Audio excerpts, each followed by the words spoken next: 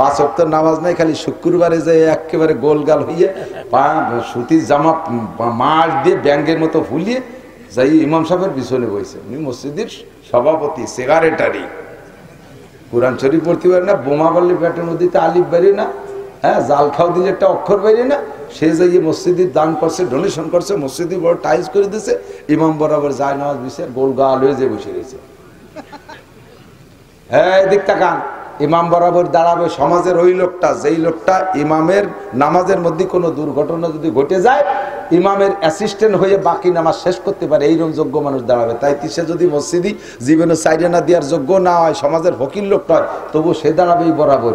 তুমি শিল্পপতি, কোটিপতি, রাষ্ট্রপতি, ভগ্নিপতি, দুলোভাই যাই হও না কেন, তোমার পয়সা বেশি, মসজিদে টাকা দেশে বিদায়, ইমাম বরাবর পিছনে কাতারে দাঁড়াবা, তোমার এই অনুমতি নেই। তুমি কি ইমামতি করতে পারবো? নায়েব হতে পারবা? অ্যাসিস্ট্যান্ট ইমামতি করতে পারবা?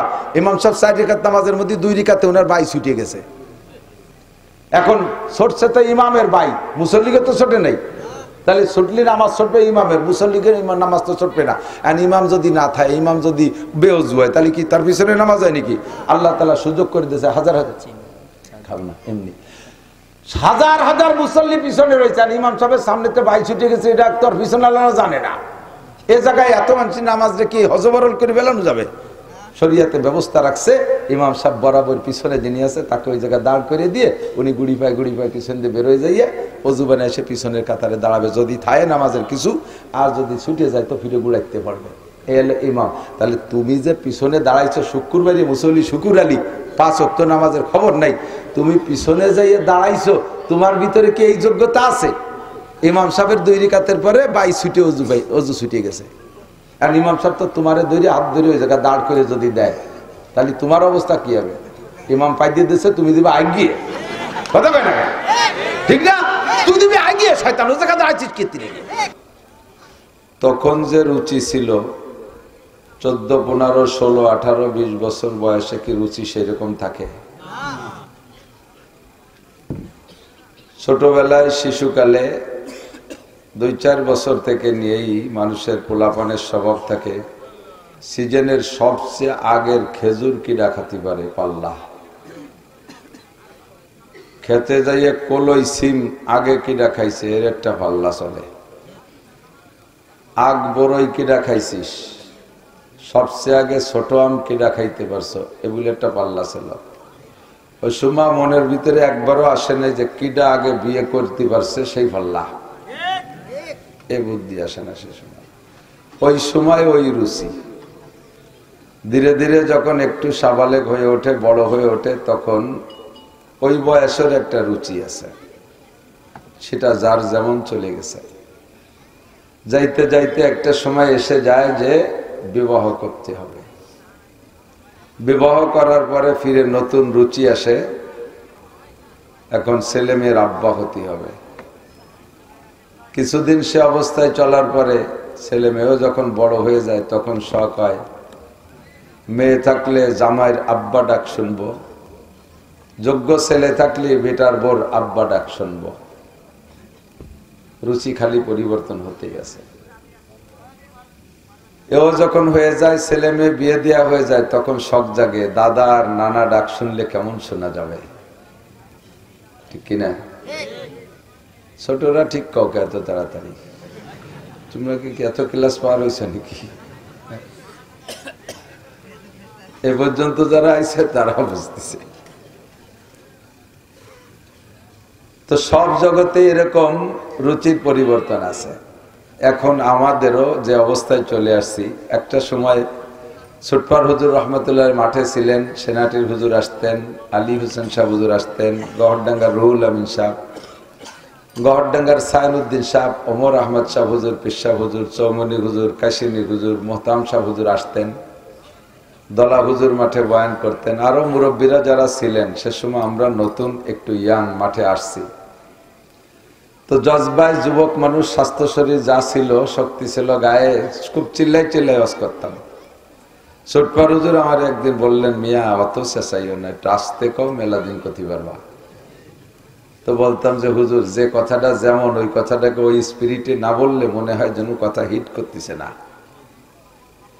তো ওই সময় বুঝতাম না, হুজুর মুরব্বীরা পরামর্শ দিতেন আসতে বলার জন্য, কিন্তু এখন আর পরামর্শ দেয়া লাগে না। আমার চাচাজান হযরত মাওলানা আব্দুল ওয়াহাব সাহেব রহমতুল্লাহ আলাইহি ছোট্ট একটা মাকুলা মাঝে মাঝে বলে থাকি, চার দোকানে বসে এক বুড়ো টুলটুলে কাশতিছে, এর মধ্যে আর একটা ছেলে এসে ওখানে চা খাচ্ছে।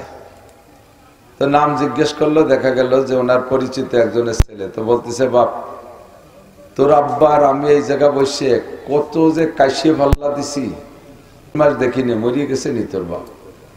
কয় না কাকা, মল্লি তো মাইকিং শুনতেন, জানাজায় যাইতেন। যে দোকানে আসে না তো কোথায় থাকে? বাড়ি থাকে। তোর আব্বার যে খুব কাশ ছিল, সে কাশ কি হয়েছে? আমার তো সে কাশ হিসাব দিছে না। কয় কাকা বাড়ি থাকে, অসুস্থ, তবে কাশ সেরিয়ে গেছে, আমার কাশে না। শেষে কি ওষুধ খেয়ে সারলো? কয় যে শেষে কোনো ওষুধই কাজ হয়নি, এমনি কাশতে কাশতে বল পায় না, সে সালাম দিছে। কাশতি কাশতি বল পায় না বলে সালাম দিছে। বল থাকলে আরো কিছুদিন কাশতো। তো সময় হয়ে গেলে যখন বল থাকে না, এমনি কাশ ছেড়ে দিতে হয়, ঠিক না? সিংহের মতো শক্তি সাহস সব হয়ে গেছে গত, কোনো মতে আজ বেঁচে আসি ভাই খাকশিয়ালের মতো। শেখ সাদি রহমতুল্লাহ আলাইহের কবিতা, এক বুড়ি বসি রং ঘষি ঘষি কালো করছিল কেশ, কহিলাম গো বুড়িমা তোমার বুদ্ধি তো আছে বেশ। এক বুড়ি এরকম কুজো হয়ে বসিয়ে গেছে, রাস্তার পাশে একটা সাবলা ঘর, তার মধ্যে থাকে। তো বুড়ি আয়না ধরে দেখে যে চুল দাড়ি পাইয়ে, না বুড়ির তো দাড়ি নেই, চুল পাইয়ে সাদা ফকা ফক সাদা, চামড়া চুমড়ো ঝুলিয়ে গেছে, কুজো হয়ে থাকে সবসময় এরকম, শীত হয়ে শুলি ওই কুজো অবস্থায়, শীতটা টান টান হয় না কোনো সময়। তো এই বুড়ির মাথার পাকা চুল নিজের পর খুব খারাপ লাগতেছে, এইরকম পাকা পাকলো।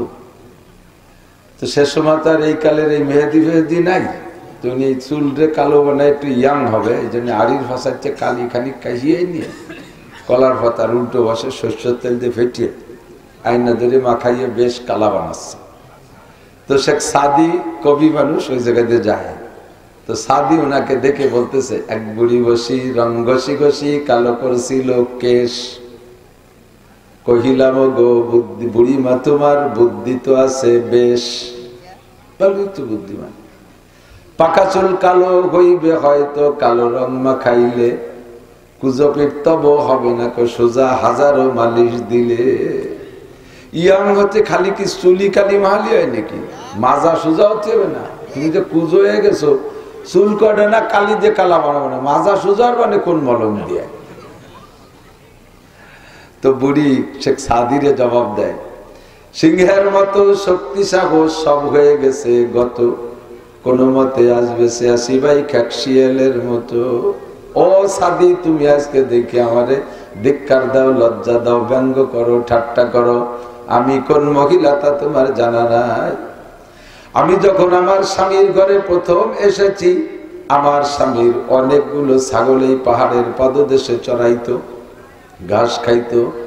স্বামী অন্য কাজে চলে যাইতেন, আমাকে বলে যাইতেন তুমি ছাগলগুলো চোখে চোখে রাখবা, পাহাড় থেকে মাঝে মাঝে বাঘ আইসা ছাগলের পর আক্রমণ করে ছাগল কেড়ে নিয়ে যায়, তুমি একটু দেখে রাখবা। আমি সেই মহিলা, যখন আমি নবযৌবনে আমি এই স্বামীর ঘরে এসেছি, আমার শক্তি সাহস আর শারীরিক অবস্থা এমন ছিল, আমার এই ছাগলের পালের থেকে একদিন একটা বাঘে আইসা ছাগল নিয়ে গেল, আমি পিছে পিছে কি আর কি দুনিয়া ভরে আল্লাহু আকবার, আমার এই পালের থেকে ছাগল নিয়ে গেছে, আমি বাঘের পিছনে পিছনে দৌড়াই যাইয়া ওই বাঘরে ধরে হাতের মধ্যে তারে গলা চিপে মাইরিয়া তার মুখের থেকে ছাগল কেড়ে আনছিলাম। বাঘের মুখের থেকে ছাগল কাটতে পারে সিংহ ছাড়া আর কেউ না, কথা কন। আমি সেই মহিলা আজকে কোনো মতে খাকশিয়ালের মতো বসে আছি, তাই তুমি আমারে ধিক্কার দাও। আশাবাস সগীরা ওয়া আফনাল কাবীর কাররুল গদাতে ওয়া মাররুল আসি। ছোটবেলা থেকে বড় হইলাম, শিশু থেকে যৌবনে আসলাম, যৌবন থেকে এখন বার্ধক্যে চলে যাচ্ছি, দিনের পরিবর্তে রাতের পরিবর্তে রাত আসে, দিন যায়, দিন আসে রাত যায়। এমন করতে করতে সব মানুষ একদিন বুড়ো হয়ে যাবে যদি হায়াত পায়। আমিও তেমনই বুড়ো হয়ে গেছি। আমার যুবক তোমরা যারা আছো সব লক্ষ্য করবা, কোনো কথা বেখেয়ালে যেন ছুটে না যায়। তুমি একদিন বুড়ো হয়ে যাবা, তুমি একদিন বুড়ো হয়ে যাবা। এখন তুমি বুড়ো হওয়ার অপেক্ষায় আছো। এই বয়সে যদি ইবাদত বন্দেগী করে বুজুর্গ হয়ে যায়, তাহলে যৌবনকালের যে আনন্দ এ করব কবে? কাজে এখন একটু করে নেই, বুড়ো হয়ে গেলে খুব ইবাদত করব, মসজিদের কোনায় পড়ে থাকবো, মসজিদে বেরোবো না। এমন সিদ্ধান্ত নিয়েছে, এইটা তোমার ভুল সিদ্ধান্ত। বুড়োকালে তুমি বুড়ো হয়ে দেখো কতটা সম্ভব। বুড়োকালে একক্তের নামাজ, 3 প্রকারের নামাজ পড়তে 3 বার ওযু বানানো লাগে। এক ওযুতে 3 বার, একক্তের 3 প্রকারের নামাজ পড়ি সারা যায় না। বাড়িতে ওযু বানায় যে কোনো মতে ফরজ 4 রাকাত, সুন্নত 4 রাকাত পড়ছে জোহরের, এর মধ্যে তলপেট চিপে ধরে বাড়াই চলে গেছে। কে যে কাকা না ফরজ পড়বেন না, আর সে ওযু ছুটি গেছে। কি বাইরে যাই ওযু বানাই আবার ফরজ 4 রাকাত পড়ে চুমু দিয়ে বাড়াইছিলেন, তাই গেল না। কে যে কাজে পেশাব আইছে, আবার বাইরে যে পেশাব করে আইসে ওযু বানায়, আর শেষের 2 রাকাত পড়া লাগে। কতক্ষণ আইসে ওই দিয়ে কিছুই নাই। এইরকম ঘটনা ঘটিয়ে যাচ্ছে অহরহ। আর এখন যে বয়স আছো, সকাল 9টায় গোসল করবাই, গোসলের ওযু দিয়ে সারা দিন পরে ঈশার নামাজ পড়িয়ে শুইতে পারো, এমন সুন্দর বডি। তবে আল্লাহ বাসালি, ফেসবুক আর ইউটিউব যেভাবে দেখতেছো তার তোমাকে কপালে হবে না। বুড়ো আর আগেই ডায়াবেটিসে সব সেদ্রাই পড়তেছে। হ্যাঁ, 5 মাইল যাতে 6 বার পেশাব করা লাগে রাস্তায়। সব দিন শেষ করে বেলাইছো ফেসবুক আর ইউটিউব। আল্লাহ সবাইরে সুস্থ রাখুক, বাঁচায় রাখুক, বলেন আমিন। আপনাদের আনিস সাহেব আমাদের গোপালগঞ্জের ওসি ছিলেন। উনি থাকাকালে কয়েকবারই দাওয়াত দেশে যাইতে সুযোগ পাইনি। অত্যন্ত মহব্বত, আন্তরিকভাবে ভালোবাসা। ওলামায়ে কেরামের খেদমতে সবসময় নিয়োজিত থাকতেন। খুব ভালো অফিসার ছিলেন। কোনো বদনাম নিয়ে গোপালগঞ্জ থেকে যায়নি আল্লাহর রহমতে। একজন অফিসার এক এলাকায় চাকরি করলে সেখান থেকে সুনামের সাথে যাইতে পারা, এটা তার বিশাল একটা অর্জন। কতক্ষণ না?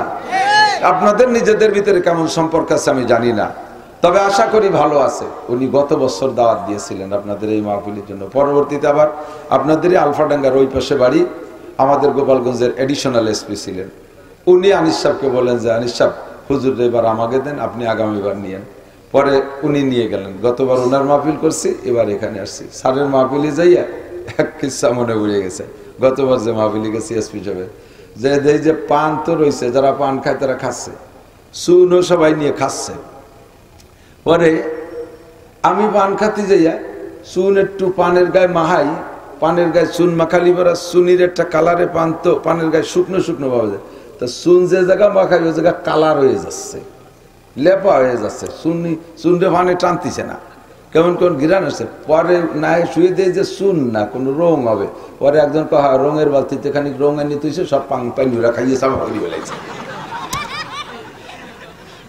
সেই রং অর্ধেক খাই ফেলেছে, আমি কেউ টেরি পাইনি।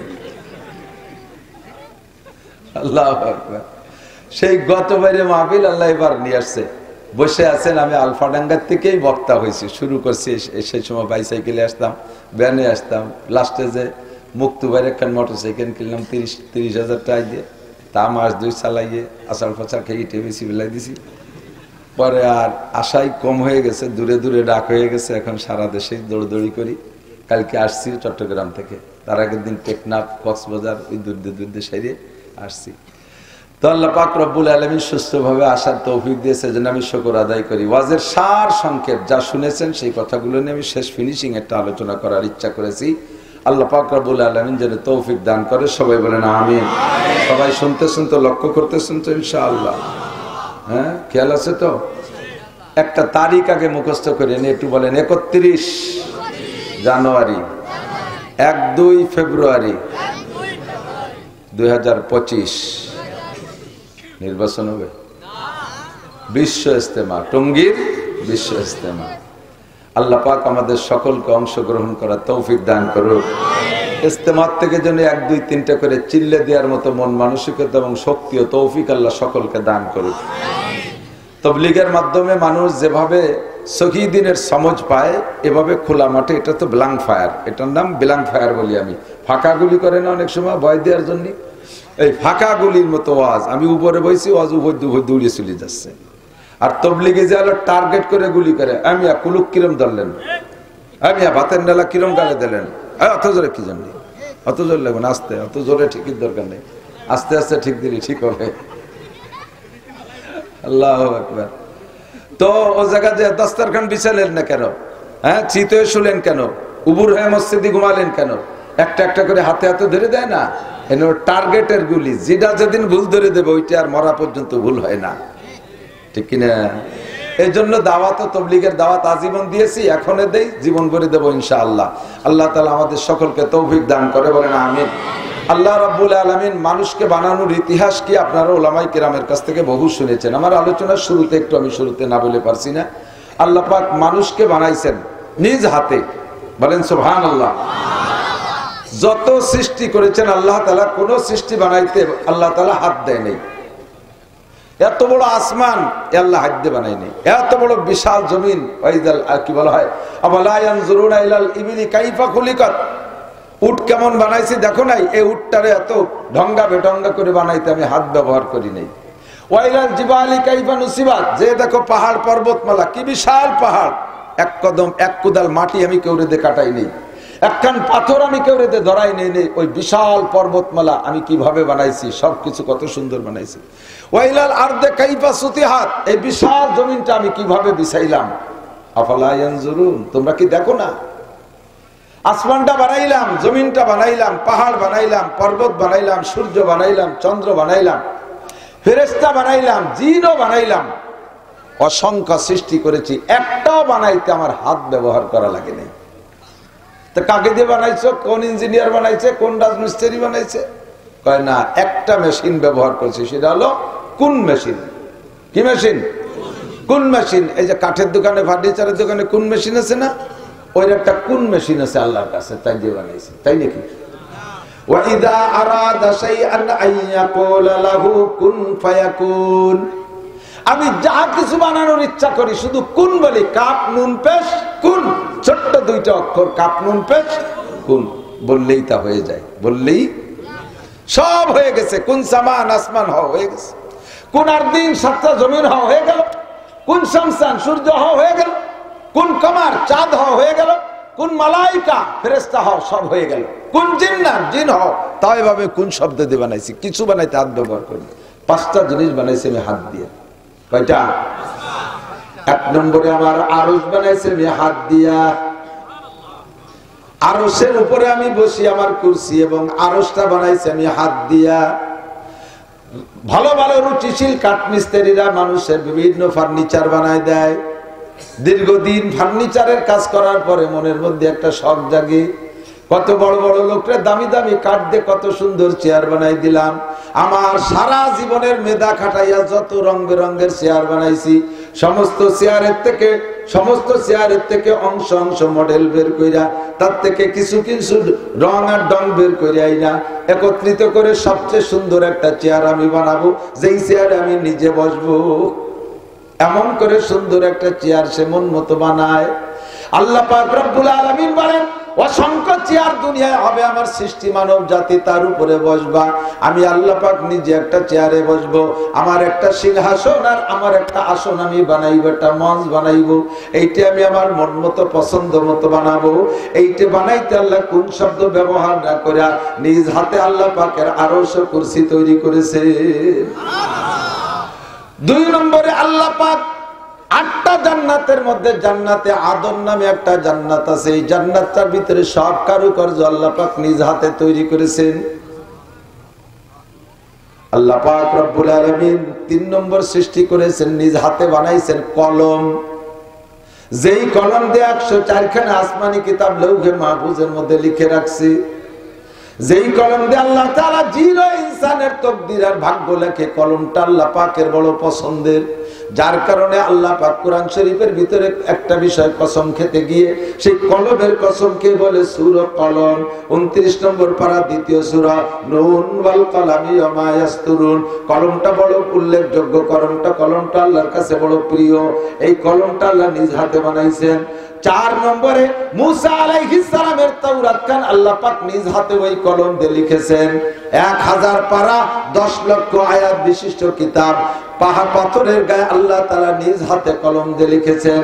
5 নম্বরে সমস্ত মানুষের মাথা গলার উপরে টুক আল্লাহ পাক নিজ হাত দিয়ে তৈরি করেন। জোরে কন্যা সুবহানাল্লাহ। আদমকে বানানোর সময় আল্লাহ ফেরেশতাদেরকে নিয়ে মত বিনিময় সভা করেছেন। ফেরেশতারা আংশিক মৌনভাবে অসমর্থন করেছেন। ওনারা বলতে চাইছেন, আল্লাহ তোমার যদি তসবিহ তাহলিল ইবাদত বন্দেগীতে আরো চাহিদা থাকে, আমরা ফেরেশতারা তো ইবাদত বন্দেগী করি, তাতে যদি তুমি তৃপ্তি না পাও তাহলে হুকুম করো, নাহনু নুসাব্বিহু বিহামদিকা ওয়া নুকদ্দিসু লাক, আরো বেশি বেশি তসবিহ তাহলিল আর তোমার পবিত্রতা বর্ণনা করব। আল্লাহ রাব্বুল আলামিন তুমি কি আতাজালু ফিহা মান ইউফসিদু ফিহা ওয়া ইয়াসফিকুদ দিমা, আল্লাহ যখন প্রস্তাব রেখেছেন ইন্নী জাইলুন ফিল আরদি খলিফা, আমি আমার খলিফা প্রতিনিধি দুনিয়ায় বানাইতে চাই। ফেরেশতারা পূর্বে তাদের জিনদেরকে নিয়ে অভিজ্ঞতার আলোকে তারা ভবিষ্যৎবাণী বলে নাই, জিনদেরকে নিয়ে পরিচালনা করেছে লক্ষ লক্ষ বছর। সেই অভিজ্ঞতার আলোকে আল্লাহর পাক রব্বুল আলামিনকে বললেন, আল্লাহ তুমি কি পরবর্তীতে আবার এমন জাতি বানাইতে চাও যেই জাতি আধা হাত জায়গা নিয়ে 1 বিঘে 4 আঙ্গুল জায়গা নিয়ে ভাইতে ভাইতে খুনোখুনি করবে, স্বামী স্ত্রীতে মারামারি করবে, ছেলেতে মেয়েকে মেয়েতে ছেলেকে এমন করে মারবে, দুনিয়ার দ্বন্দ্ব কলহ লাগাবে, তারা ক্ষমতা নিয়ে গঞ্জাম ফাসাদ কইরা লক্ষ লক্ষ মানুষ তারা খুনোখুনি করবে, এমন একটা জাতিকে আবার তুমি বানাইতে চাও। আল্লাহ পাক বলেন, ইন্নী আলামু মা লা তা'লামুন, আমি যা জানি তা তোমরা জানো না।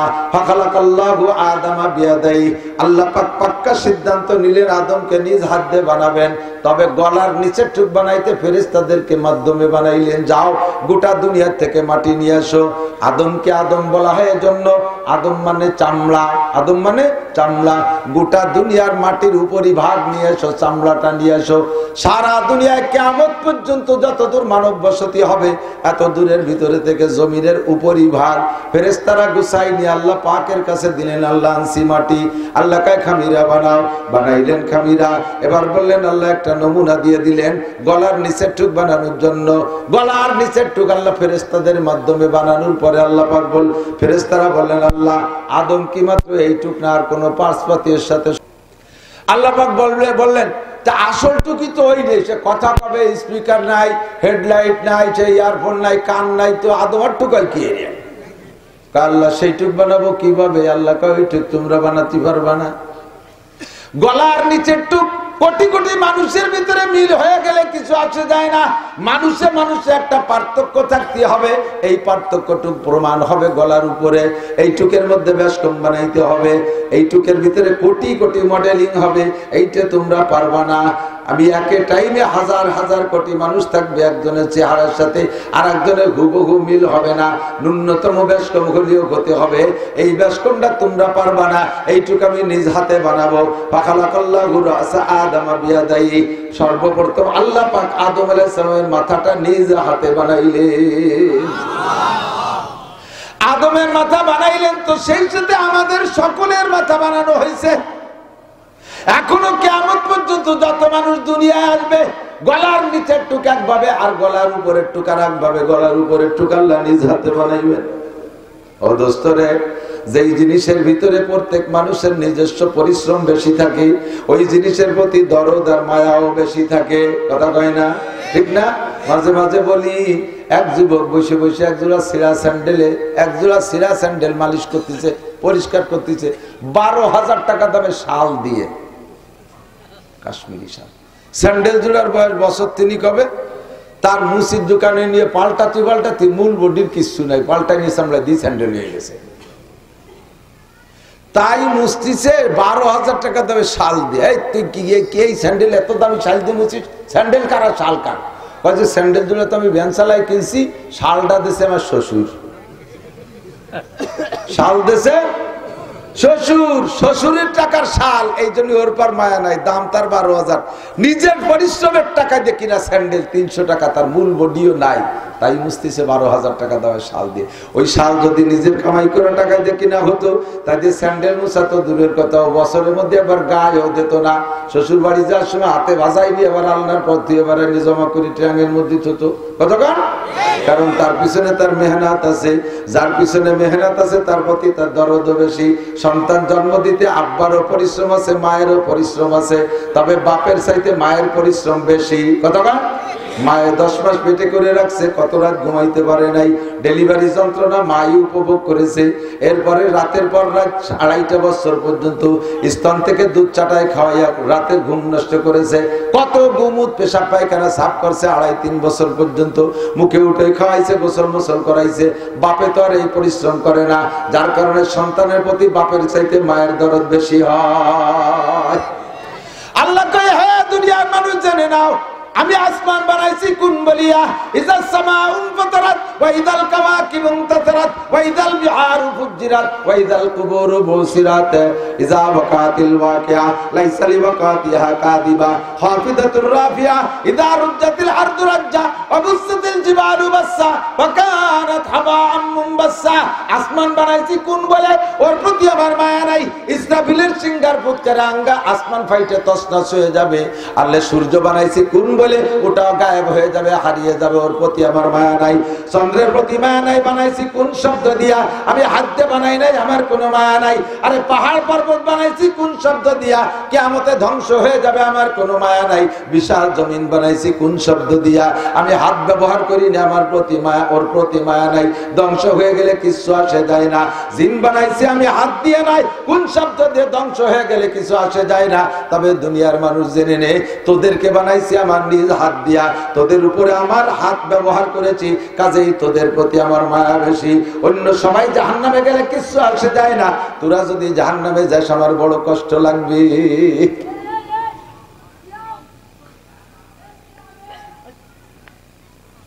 বুঝছেন নি কথা? সব বানাইছি কোন কইয়া, ধ্বংস হয়ে গেলে আমার কিচ্ছু আসে যায় না। কিন্তু মানুষ, এই হিন্দু বৌদ্ধ খ্রিস্টান কাফের মুশরিক মুরতাদ বেঈমান নাস্তিক মাস্তিক যারাই আছিস, হে নামাজি বেনামাজি মুসলমান মুসলমান যারাই আছো, তোমাদের সকলের মাথা বানাইছে আল্লাহ হাত দিয়া। আল্লাহু আকবার। কোরআন শরীফের আয়াত। আল্লাহ পাক আদমকে বানাইয়া ইবলিসকে সিজদা করার হুকুম করেছে। ইবলিস যখন সিজদা থেকে অস্বীকার করে, আল্লাহ পাক বলেন, ইয়া ইবলিসু মা মানাকা আন তাসজুদা ইয আমারতুকা লিমা খালাকতু বিয়াদাইয়া। আমি যে আদমরে নিজ হাত দিয়ে বানাইলাম, তাকে একটা সিজদা দিতে বললাম, কিসে তোরে ঠেকাইলো? আয়াতে প্রমাণ করে আদমকে আল্লাহ তাআলা নিজ হাত দিয়ে বানাইছে। আদমকে বানাইছে তো আমার আপনারও হাত দিয়ে বানাইছে। এই জন্য আমার আপনার প্রতি মায়া বেশি, আমরা যাতে কোনোভাবে টেনে টুনে ভেসতে যেতে পারি, এর জন্য যত কৌশল আল্লাহ অবলম্বন করবে, বিভিন্ন কৌশলে মানুষকে মাফ করে দিবেন আল্লাহ। অবশেষে কয়েকটা অবশেষের কিস্সা আছে, হুজুর বড় আলেম, শুনে দেখতে পারবেন। বুখারী মুসলিম তিরমিজি সব বড় কিতাবের মধ্যে আছে। বাবুল হাউজি আর শাফাআত থেকে এই হাদিসগুলো আসছে বেশিরভাগ। আল্লাহু আকবার। কিয়ামতের ময়দানে আল্লাহ তাআলা মানুষকে বিভিন্ন কৌশলে মাফ করবে। দুইজনকে একেবারে আখেরি, দুইজন শেষ, দুইজনের ডেকে এনে বলবে, এতকে আমলনামা দেয়া, খাতাপত্র খোল, কি দেখিয়েছিস? ওরা দুইজনেই করে, আল্লাহ দেহে লাভ নাই, কিচ্ছু নাই ওতে, এক ওক্ত যদি নামাজ থাকে ওর মধ্যে, শুধু তোমার আল্লাহ বলে কলেমা বলে বিশ্বাস করছি তাই ছাড়া নামাজ রোজা হজ যাকাত ফরজ ওয়াজিব সুন্নাত মুস্তাহাব টুপি দাড়ি পাগড়ি দস্তা ডিলা কুলু কিচ্ছু বলতে কিচ্ছু নাই। আর আকাম যা ও খুলিয়া মানুষের সামনে আমাকে বেইজ্জতি করে না, ওই অবস্থা আমাকে যে দিক দিবা দাও, ক্লিয়ার কথা।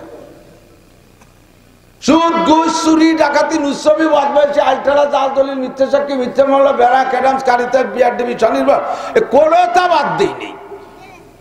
মদ গাঁজা হেবা ফেন্সিলি জারি যাত্রা করসা গাজির গান গুলো যাত্রা কুযাত্রা অযাত্রা সব করেছি। মানুষের মধ্যে খুলিয়ে বেইজ্জতি না হইলে কোন দিক ফাটাবো সেদিক ফাটাও। আল্লাহকে এই জায়গা তো আল্লাহদের জায়গা না। হল আমল নামা খুলে দেয় যে ওরা যা বলছে সত্যি, আল্লাহ তো এমনি জানে যে সত্যি কিছু নেই। এই আমি তো এখন হাজার হাজার মানুষের মাফ করছি, চাইছিলাম যে তোদেরও মাফ করে দেব, কিন্তু তোদের তো একেবারে কিছু নাই, কোনো বাহানাও নাই, কোনো সুতো উতো খুঁজে পাচ্ছি না, কি দিয়ে একটু বার করবো, ছাড়ার কোনো উপায় পাচ্ছি না। ধরু যা সামনে সব দুটি দুজকে যা, ও কইলেই একজন দৌড় মারছে, যে দৌড় মারছে আল্লাহ তারে আগে ঠেয়াইছে ফেরেশতা দিয়ে, এই ওরে ডাক দে, ডাকে কয় যে বেশ দোজক চেনো? দোজক কি শ্বশুর বাড়ি নাকি? যার কলি দৌড় মারলি এত তাড়াতাড়ি কয় সাথে সাথে দৌড় মারলি, দোজক চিনিস? ওই লোকটা কি বলবে? আল্লাহ দোজক চিনি না, তবে এখন চিনি ফেলাইছি। তো তোর একটু ভয় হলো না দৌড় দিলি? দৌড় দিছি আলো, দুনিয়ায় থাকতে তোমার হাজারো হুকুমের একটা হুকুমও পালন করি নাই। আজকে তোমার সামনে ধরা পড়ে গেছি মনে বড় আশার তামান্না নিয়ে যে আল্লাহ তোমার একটা হুকুম আজকে এই মাঠে আমল করে দেখি, পালন করে দেখি, তোমার দয়া হয় নাকি, মায়া হয় নাকি। সেই মায়ার আশায় তোমার হুকুমটা পালন করে দৌড়বাছি। আল্লাহ পাক বলবেন, এই ফেরেশতারা, যে আমার রহমতের আশা করে তার আমি মায়ুস করি না। আমি বলছি লা তাকনাতু মির রাহমাতিল্লাহ, ও আমার এই হুকুমটা পালন করছে আমার রহমতের আশায়, বাদদিল সাইয়্যাতিহি হাসানাত, ওর জীবনের সমস্ত গুনাহগুলো নেকি দ্বারা পাল্টায় দাও, ওয়াদখিলহুল জান্নাহ, আর ওর বেহেশতে দিয়ে দাও। বলবেন না সুবহানাল্লাহ? একেবারে শেষের দুইজন নামি কাতানি, এ তো এই কইয়া হুকুম পালন করিয়া বেশি গেছে। আর একজন রে কইছে, তুই গেলি না কেন? তো কলাম তো দুটি একসাথে যা, তুই গেলি না কেন? কয় যে আল্লাহ পাক কয় যে দুনিয়া করে হুকুম মানিস নাই, আর এখন শেষ বেলায় একটা হুকুম দিছি তাও মানলি না, তুই গেলি না কেন? কয় যে আল্লাহ আমি চাই রয়েছি তোমার রহমতের আশা, যে তুমি একবার বলছো যা, আর একবার বলো নাকি যা লাগবে না, আমি সেই আশায় বসে রয়েছি। সহি হাদিস, আমি লম্বা এবার তো বলতে পারলাম না, সহি হাদিস। আল্লাহ পাক বলবেন, ও আমার রহমতের আশা এখানে দাঁড়িয়ে আছে, যা ওর বাদদিল সাইয়্যাতি হাসানাত, ওর সব গুনাহ নেকি দ্বারা পাল্টাই ওরে জান্নাতে দিয়েছে। রহমতে হক বাহানা মিজুয়াদ, বাহানো মিজুয়াদ। আল্লাহর রহমতের বাহানা খুঁজবে, সামান্য সামান্য বাহানায় হাজার হাজার লক্ষ লক্ষ কোটি কোটি মানুষকে আল্লাহ মাফ করে দিবেন। যেহেতু আল্লাহ মানুষকে বানাইছেন ঈদ হাত দিয়া, একটা লোক এটাইকে নিয়ে আসছে, তোর আমল নামা দেখা, সে ওরকম বলতেছে আল্লাহ আমার আমল নামায় কিছুই নাই, একেবারে ব্ল্যাঙ্ক আমল নামা। আল্লাহ পাক বলবেন, এ ফেরেশতারা খুযুহু ফাগুল্লু সুম্মা জাহিমা সাল্লু, ওরে পিঠ মুড়াইতে ধরে বাঙ্গে শেষরায় টানতে টানতে নিয়ে যা, পায়ে শিকল ফেলা দিয়ে একেবারে ধস করে ফেলায় টানতে টানতে জাহান্নামের দিকে নিয়ে যাবে। ইতিমধ্যে রহমাতে আলম নবী মুহাম্মদ রাসূলুল্লাহ সাল্লাল্লাহু আলাইহি সাল্লাম ডান পাশে চেয়ারে বসা। নবী পাক ওই লোকটার দিকে তাকাইয়া খুব খারাপ লাগতেছে। যখন পায়ে শিকল বেঁধে টান শুরু করবে রে বন্ধু, তখন তো কান্নার আর শেষ থাকবে না, চিৎকার মেরে বলবে রব্বানা যালামনা আনফুসানা ওয়া ইল্লাম তাগফির লানা। ওই জায়গা হাজারো মুনাজাত করবে কিন্তু কোনো কাম হবে না। রব্বানা আবসারনা ওয়া সামি'না ফারজিনা না'মাল সালিহান ইন্না মুকিনুন। দুনিয়ায় থাকতে বুঝিনি, এখন ভালো করে বুঝে আসছে। রব্বানা আবসারনা ওয়া সামি'না ফারজিনা, আর একটা বার দুনিয়া আমাদেরকে ফিরিয়ে দাও। রব্বানা আখরিজনা মিনহা ফাইন উদনা ফাইন্না যালিমুন। আল্লাহর একটা বার দুনিয়ায় পাঠায় দাও, এই অন্যায় যদি পুনরায় করি তাহলে জালেম সাব্যস্ত করে যে বিচার করবা মেনে নেব, একটা বার তুমি পাঠায় দাও। এমন করে চিল্লাপাল্লা করতে, হ্যাঁ আমার দিক তাকান দোস্ত। কোনো মানুষকে যদি মানুষে কয়েকজনে ধরে অ্যাটাক করে মায়ের শুরু করে, মেরে ফেলার সিদ্ধান্ত নিয়ে মারে, মেরে ফেলার সিদ্ধান্ত নিয়ে মারে, যারে মারে ও ওই সময় মরণের আগ পর্যন্ত কত বিনয়ী ভাব প্রকাশ করে, যত ভাষা আছে সব ঢেলে দেয়। কতক্ষণ ঠিক কিনা? তোরা আমার দমের বাপ, জীবনে তোদের বিপক্ষে কিছু বলবো না, কোনোদিন কিছু করবো না। আজকে তোরা যতটুকু এতটুকু দুনিয়ায় কের কাছে বলবো না, আমি তোদের কাছে জীবনটা ভিক্ষা চাই। এমন করে কান্নাকাটি করে কি করে না? জালেম অত্যাচারী যারা নিষ্ঠুর, তাড়াতাড়ি অবশেষে শেষই করে বেলায়। মরণের আগ পর্যন্ত লোকটা বিনয়ের সর্বশেষ পর্যন্ত ভাষা ব্যবহার করে।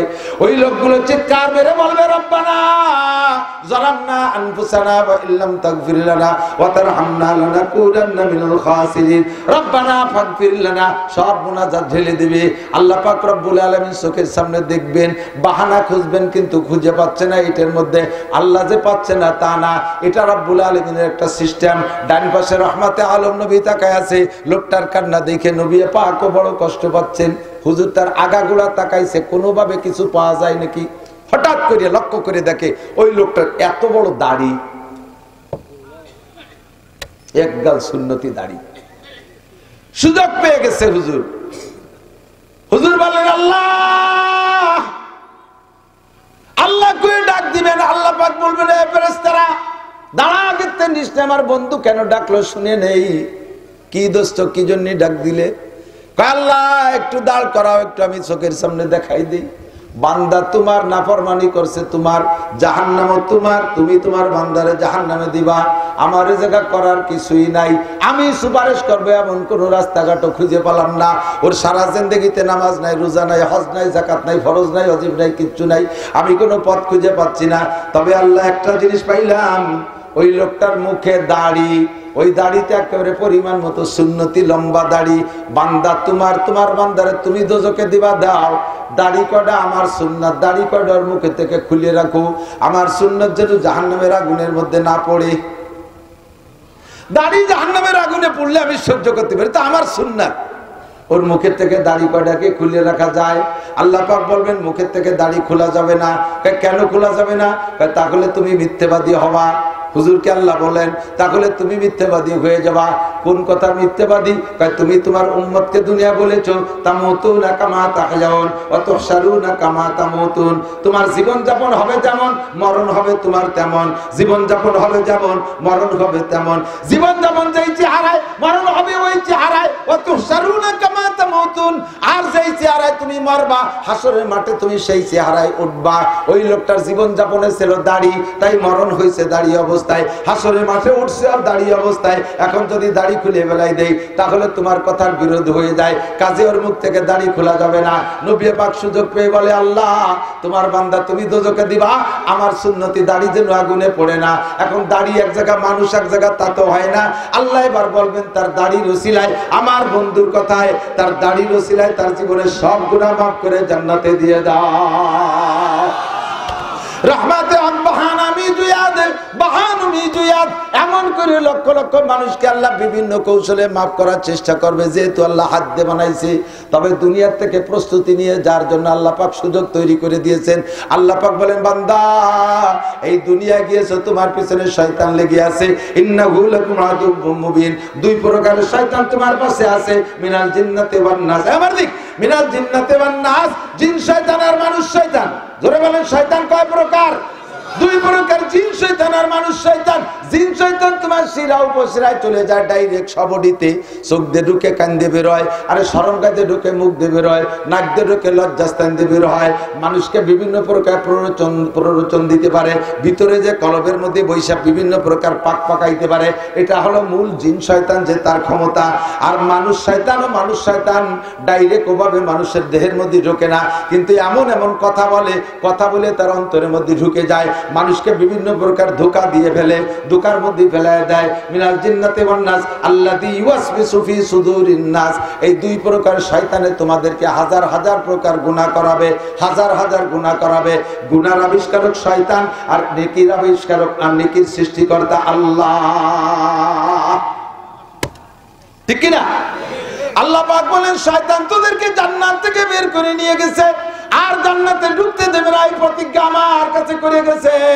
আমি আল্লাহ শয়তানের সাথে প্রতিবাদ করে তোদের জন্য ব্যবস্থা রেখেছি। বান্দা ভালো করে শুনে নে, ইনতাজতানিবু কাবায়ের, দুনিয়ায় যত গুনাহ আছে সব গুনাহ আমি দুই ভাগ করে দিলাম, সব গুনাহকে দুই ভাগে বিভক্ত করলাম। মাজারি সাজারি নাই, সব গুনাহ দুই প্রকার, বড় আর ছোট। দুই প্রকারের গুনাহ, আরবিতে বলে কবিরা গুনাহ, আরবিতে বলে সগীরা গুনাহ। আল্লাহ পাক বলেন কবিরার বহুবচন কাবায়ের, আর সগীরা গুনাহকে কোরআন শরীফের ভাষায় সাইয়্যাত বলে ব্যবহার করেছে। আল্লাহ পাক বলেন ইনতাজতানিবু কাবাইরা মা তুনহাউনা আনহু নুকাফির আনকুম সাইয়্যাতিকুম। তোমরা যদি কবিরা গুনাহগুলো থেকে নিজেরা ইচ্ছাকৃত বেঁচে থাকতে পারো। এই যুবক আমার দিক তাকা, পর্দার আড়ালে মা বোনরা খেয়াল করো। আল্লাহ পাক বলেন ইনতাজতানিবু কাবায়ের, যদি তুমি কবিরা গুনাহগুলোকে পরিহার করে চলতে পারো, আমি আল্লাহ তোমারে নিজ হাত দিয়ে বানাইছি, এই মায়ায় এই মহাব্বতে আমি তোমার পক্ষ নিলাম, তোমাকে যত সগীরা গুনাহ আছে বিনা তওবায় ক্ষমা করে দেব। আমি আপনি প্রস্তাব দিলাম আল্লাহ সগীরা গুনার দায়িত্ব তুমি নিও না, কবিরা গুনাহগুলোর দায়িত্ব তুমি নাও, আমরা সগীরা গুনাহতে বাঁচবো। আল্লাহ কয় অত সস্তা না, কবিরা গুনাহতে বাঁচা সহজ, সগীরা গুনাহতে বাঁচা কঠিন। সগীরা গুনাহতে বাঁচা কঠিন, আমার দিক সগীরা গুনাহ কবিরা গুনাহ যে সাজা, এই কবিরা গুনাহ যেই সাজা, একটা কবিরা গুনাহ ৭০০০ বছর জাহান্নাম, একটা সগীরা গুনাহ ৭০০০ বছর জাহান্নাম, শাস্তিতে একটাও কম না। তাহলে সগীরা কবিরার পার্থক্য কি? পার্থক্য হলো শুধুমাত্র দেখতে ছোট আর বড়। কবিরা আল্লাহর নাফরমানি, সগীরা আল্লাহর নাফরমানি। কবিরা আল্লাহর নাফরমানি, সগীরা আল্লাহর নাফরমানি। তবে বাহ্যিকভাবে দেখতে কবিরারে বড় দেখা যায়, তাই তার নাম কবিরা, আর সগীরাটারে দেখতে ছোট দেখা যায়, তাই তার নাম সগীরা। কিন্তু কার্যকারী সকলের একই রকম। আমার দিক তাকান, ৪ হাত লম্বা একটা গুক্কু সাপ, ৪ হাত লম্বা একটা গুক্কু সাপ, কামড় দিলি মানুষ মরে, মরে না? মরে মরে এক বিঘেতে একটা গুক্কু সাপের বাচ্চায় কামড়ালি তো মরে না? মরে। ওদি সগিরে সাপতে কি হয়? কে সোর মতো উর কামড়ে কি হয়? মরে মরে। টাইম বেশি লাগে না কম লাগে? সমান সমান সমান। বড় সাপে কামড়াইলেও মারে এবং এক টাইমে মারে, ছোট সাপে কামড়াইলেও মারে এবং একই টাইমে মারে। এইটা যেমন সত্য, কবিরা গুনাহ সগীরা গুনাহ দুইটার বিচারই একই পরিমাণ, ৭০০০ বছরে জাহান্নাম।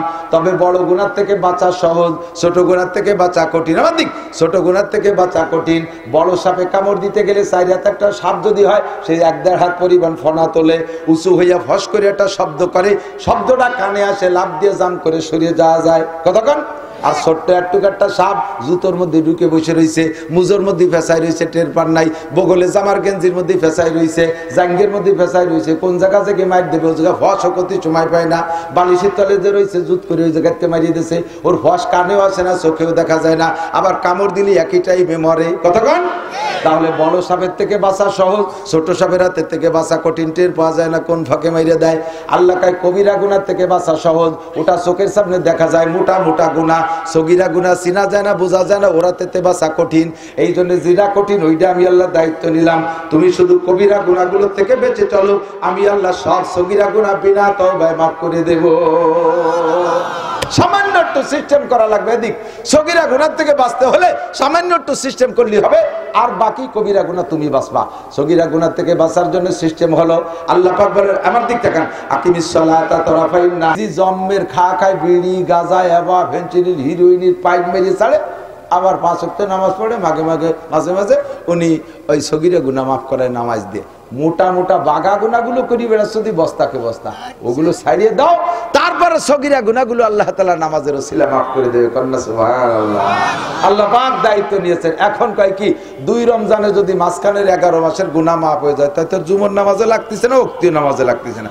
2 রমজানই তো শেষ, মাঝে 11 মাস ক্লিয়ার।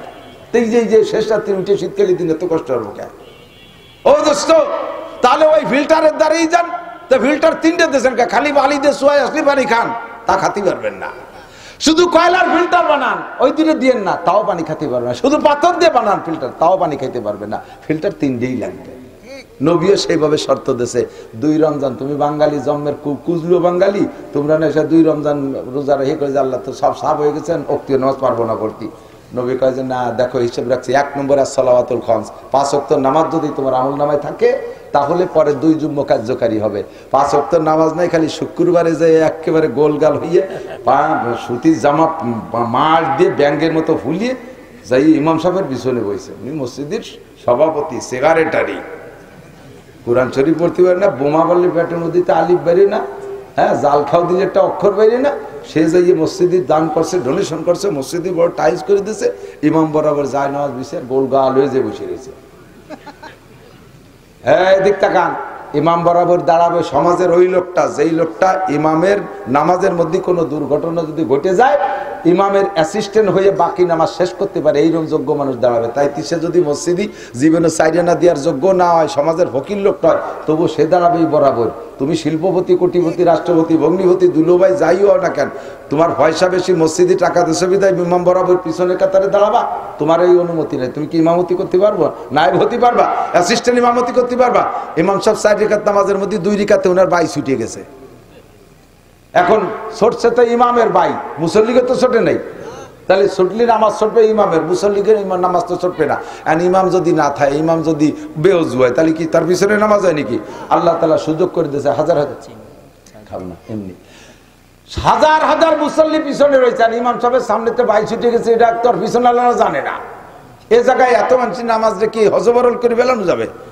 শরিয়াতে ব্যবস্থা রাখছে, ইমাম সাহেব বরাবর পিছনে যিনি আছে তাকে ওই জায়গায় দাঁড় করে দিয়ে উনি গুড়ি পায় পিছন দিয়ে বেরোয় যাইয়ে অজু বানায় এসে পিছনের কাতারে দাঁড়াবে। যদি থাকে নামাজের কিছু, আর যদি ছুটে যায় তো ফিরে গুড়াইতে পারবে। এই হলো ইমাম। তাহলে তুমি যে পিছনে দাঁড়াইছো শুক্রবারই মুসল্লি শুকুর আলী, 5 ওয়াক্ত নামাজের খবর নাই, তুমি পিছনে যাইয়ে দাঁড়াইছো, তোমার ভিতরে কি এই যোগ্যতা আছে? ইমাম সাহেবের 2 রাকাতের পরে বাই ছুটে অজু ছুটে গেছে, আর ইমাম সাহেব তো তোমারে ধরে হাত ধরে ওই জায়গায় দাঁড় করে যদি দেয়, তাহলে তোমার অবস্থা কি হবে? ইমাম পাই দিয়ে দিচ্ছে, তুমি দিবে আগিয়ে, কথা কয় না? ঠিক না? তুই দিবি আগিয়ে, শয়তান ও জায়গা দাঁড়াচ্ছিস কে? পয়সা বেশি হলে ইমামের হচ্ছে দাঁড়ান যায় নাকি? ওখানে দাঁড়াবে যে অ্যাসিস্ট্যান্ট ইমাম হতে পারে সে কথা বল।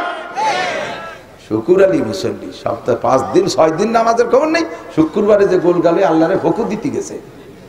সাবধান, শর্ত হলো 2 জুমা কার্যকারী হওয়ার জন্য আগে 5 ওয়াক্ত নামাজ আমল নামায় থাকতে হবে, এরপরে 2 রমজান কার্যকারী হওয়ার জন্য 5 ওয়াক্ত নামাজ, তারপরে 2 জুমা বছরে 52টা শুক্রবার থাকবে, এরপরে রমজান মাসে থাকতে হবে। তাহলে 3 ফিল্টারে তোমার জীবনের সমস্ত সগীরা গুনাহ মাফ। ইনতাজতানিবু কাবাইরা মা তুনহাউনা আনহু নুকাফির আনকুম সাইয়্যাতিকুম, যদি তুমি কবিরা গুনাহ ছেড়ে দিতে পারো, নুকাফির আনকুম সাইয়্যাতিকুম, তোমার সব সগীরা গুনাহ মাফ করে দেব। শর্ত হলো কবিরা গুনাহ ছেড়ে দেব। এখন জানতে চাইলাম আল্লাহ কবিরা গুনাহগুলো কি কি, কবে বুঝে নেই, ছাড়তে পারি কিনা চেষ্টা করব। কবিরা গুনার ভিতরে সিরিয়াল আছে, কবিরার ভিতরে একটা হলো আকবরুল কাবায়ের, একটা কিছু আছে আকবরুল কাবায়ের, সবচেয়ে বড় বড়র বড়, যার ভিতরে 2-1টা এমন যেগুলো থাকার কারণে অন্য কোনো ইবাদত তোমার আমলনামায় জমাই হয় না। তুমি যত ইবাদত করো, হজ করো, যাকাত দাও, উমরা করো, কুরবানি করো, তিলাওয়াত করো, জিকির করো, তাবলীগ করো, কিচ্ছু তোমার বস্তার মধ্যে ঢুকবে না। সেই কবিরা গুনাহগুলো যদি থাকে তার নাম হলো আকবরুল কাবায়ের। নাম্বার 1, 1 নম্বরে শিরিক, 1 নম্বরে বহুত বড় মারাত্মক। এই সাবধান, একটু আগে দেখে আসছি খেলা কারে কয়। আমাদের গোপালগঞ্জের ভিতরে মকসেদপুরের পূর্ব সাইডটা, গোপালগঞ্জের উত্তর গোপালগঞ্জ, 7 পাড়, বৈলতল, জলিল পাড়, ওই জায়গাতে নিচে যে হিন্দু এলাকা, এখন 2 এক ঘর করে মুসলমান যাচ্ছে, সে জায়গায় যে 2-1টা মসজিদ হয়েছে। আল্লাহু আকবার, ইন্না লিল্লাহি ওয়া ইন্না ইলাইহি রাজিউন। শিরিকের প্রশিক্ষণ চলতেছে, শিরিকের প্রশিক্ষণ চলতেছে। আমার যুবকরা, আমার যুবক বন্ধুরা, আমার এলাকার জনগণ অ্যালার্ট থাকবেন, সতর্ক থাকবেন। এই সমস্ত মুশরিক শিরকের প্রশিক্ষক যারা, উস্তাদ যারা, তারা আমাদের এলাকায় ঢুকতে পারবে না। ঢুকলে ইনশাআল্লাহ আমরা মুসলমান উপযুক্ত শিক্ষা দিয়ে ছেড়ে দেব। ঠিক কি ঠিক না? খ্রিস্টানরা লক্ষ লক্ষ কোটি কোটি টাকা দিয়ে বই ছাপাইয়া মসজিদে মসজিদে মুসল্লিদেরকে দিচ্ছে, আর বইয়ের নাম এমন দেশে যা দেখে আপনি বুঝতেও পারবেন না, আপনি ধোকাই খেয়ে যাবেন। মুসলমানদের নাম, আমাদের সব নাম। আমি একটু আগে দেখাইছি আমার মোবাইলে, ওরা কোরআন শরীফ বানাইছে, ওরা কোরআন শরীফ বানাইছে, নতুন সুরো লেখছে, সুরে একটার নাম দিয়েছে সুরো মুসলিমুন। আমার কাছে, আমি ফটো করে নিয়েছি একটু আগে, ওর কাছে আর কপি নাই বিধে আমি কপি আনতে পারি নাই, আমি মোবাইল নিয়েছে, সুরো মুসলিমুন সুরো লেখছে, সুরো দোয়া একটা সুরো লেখছে। এইভাবে অনেক সুরো দিয়ে এতখানি বড় কোরআন শরীফ একটা বানাই ফেলাইছে।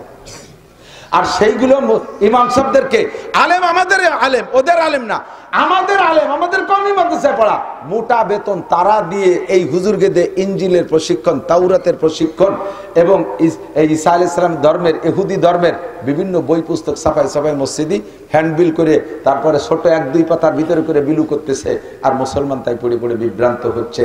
ও দোস্ত, এর 1 নম্বর মুশরিক। আল্লাহ পাক রব্বুল আলামিন বলেন, আল্লাহ পাক বলেন, ইন্নাল্লাহা লা ইয়াগফিরু আন ইউশরাকা বিহি ওয়া ইয়াগফিরু মা দুনা যালিকা লিমান ইয়াশা। হে বান্দা, যত সগীরা গুনাহ করো, যত কবিরা গুনাহ করো, করো করো করো, তোমার জিন্দেগীর কোনো একটা ভালো কাজ যদি আমার পছন্দ হয়ে যায়, আমি তোমার একটা পছন্দ ভালো কাজের পর খুশি হইয়া সারা জিন্দেগীর সমস্ত সগীরা কবিরা গুনাহ মাফ করে দিতে পারি। শর্ত হলো তোমার বস্তার মধ্যে যেন শিরকের গন্ধ না থাকে, তোমার ঈমানের বস্তার মধ্যে যদি শিরকের গন্ধ না থাকে। শিরকি গুনাহ করনেওয়ালার কোনো গুনাহ আমি আল্লাহ পাক ক্ষমা করব না।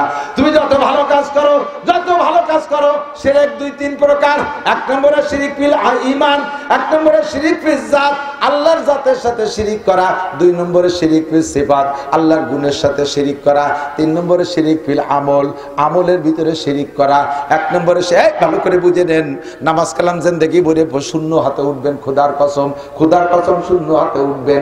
এই শিরিকের বিপদ যদি আপনার মধ্যে থাকে, এই জন্য সবাই কান খাড়া করে শুনবেন। আমল একটু কম হলে আল্লাহ তাআলা আপনার একটা গুণ দেখে মাফ করে দিতে পারে, কিন্তু ঈমানের মধ্যে ভেজাল থাকলে কোনো উপায় হবে না। এই জন্য ঈমানটার আগে ফ্রেশ করেন। নবী পাক বারবার অর্ডার করে, আখলিস দীনাকা ইয়াকফিকাল আমালুল কলিল। হে নারী আর পুরুষ, তোমার ঈমানকে খাঁটি করো, ঈমানকে ফ্রেশ করো, ইমানকে নির্ভেজাল করো, অল্প আমলই নাজাতের জন্য যথেষ্ট হইবে। অল্প অল্প আমল করে বেহেশতে চলে যেতে পারবেন, কিন্তু ভুরি ভুরি আমল করেছেন অথচ ইমানের মধ্যে শিরিকের গন্ধ আছে, আল্লাহর কসম 1 সেকেন্ডও জান্নাতে যাইতে পারবেন না। এই জন্য শিরক মুক্ত ইমানের পরামর্শ একটু ভালো করে শুনতে হবে। আল্লাহু আকবার। শিরিক ফিজাত, যেমন ইহুদিরা শিরিক করে। ক্বালাতিল ইহুদু উযাইরুন ইবনুল্লাহ, ইহুদিরা কয় উযাইর আলাইহিস সালাম আল্লাহর ছেলে। একটু বলেন, কি বলবেন? জোরে বলেন। এই মশালারা কই নেই? তোমরা কি ইসরায়েলের লোক নাকি? উযাইর আলাইহিস সালাম আল্লাহর ছেলে? জোরে বলেন নাউযুবিল্লাহ। শুধু এই কথাটার ভিতরে এরকম মাধ্যমে আপনাদের ভিতরে হিট করে নাই, আরো শুনেন এই কথার তর্জমা কি। উযাইর আলাইহিস সালাম আল্লাহর ছেলে মানে উযাইরের মা আল্লাহর স্ত্রী। আল্লাহ উযাইরের মার সাথে স্ত্রী সুলভ আচরণ করে গর্ভধারণ করাইয়া সেই গর্ভের সন্তান বানাইছে উযাইর রে। আল্লাহ কয় এর চাইতে বড় কষ্ট আমি কিছু পাই না। তোরা জীবন ভরে নামাজ না পড়লেও কষ্ট পাই না, কিন্তু এইরকম অপবাদ আমার নামে দিলে আমি বেশি কষ্ট পাই। ওয়াকালাতিন নাসারা মাসিহ ইবনুল্লাহ, আর নাসারারা কয় আল্লাহর ফ্যামিলিতে সদস্য 3 জন, মুরব্বী আল্লাহ 1 জন, আল্লাহর স্ত্রী মারিয়াম। আল্লাহ মারিয়ামের সাথে যৌন মিলন করে সন্তান গর্ভধারণ করাইয়া সেই সন্তান বানাই দিয়েছে ঈসা রে। একটু জোরে করেন নাউযুবিল্লাহ। আর এই 2 জাতি হলো আল্লাহ পাক বলেন লা তাত্তাখিযু আদুব্বি ওয়া আদুব্বাকুম আউলিয়া, ইয়া আইয়ুহাল্লাযীনা আমানু লা তাত্তাখিযুল ইয়াহুদা ওয়ান নাসারা আউলিয়া। এ আমার প্রাণপ্রিয় বন্ধু মুসলমানরা ভালো করে শুনে নাও, আল্লাহ পাক বলেন আমার শত্রু আর তোদের শত্রুকে বন্ধু বানাইস না, আমার শত্রু আর তোদের শত্রুরে বন্ধু বানাইস না। জানতে চাইলাম আল্লাহ আমাদের শত্রু আর তোমার শত্রুকে? আল্লাহ কয় তোমাদের শত্রু হলো লা তা ইয়া আইয়ুহাল্লাযীনা আমানু দুখুলু বিসমি কাফা ওয়া লা তাত্তাবিউ খুতুওয়াতিশ শাইতান ইন্নাহু লাকুম আদুব্বুম মুবিন। তোমাদের শয়তান, তোমাদের শত্রু হলো মূল শয়তান, সে তোমাদের প্রকাশ্য শত্রু।